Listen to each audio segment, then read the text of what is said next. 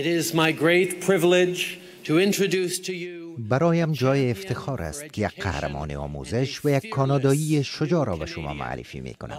مالولا یوسفزای.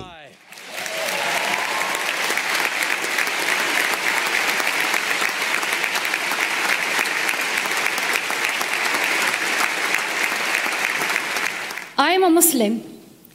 من مسلمان هستم و باور دارم که اگر شما به نام اسلام اسلحه گرفته یک شخص بیگناه را میکشید دیگر مسلمان نیستید.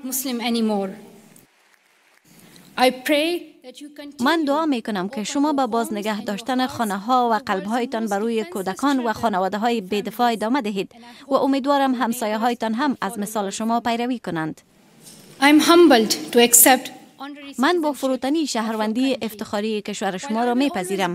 من همیشه یک پشتون سربلند و طبعی با افتخار پاکستان خواهم بود. من سپاسگزارم عضو افتخاری ملت قهرمان شما باشم. من هنوز هم به ویزا نیاز دارم. این یک مسئله جداست. That's another discussion.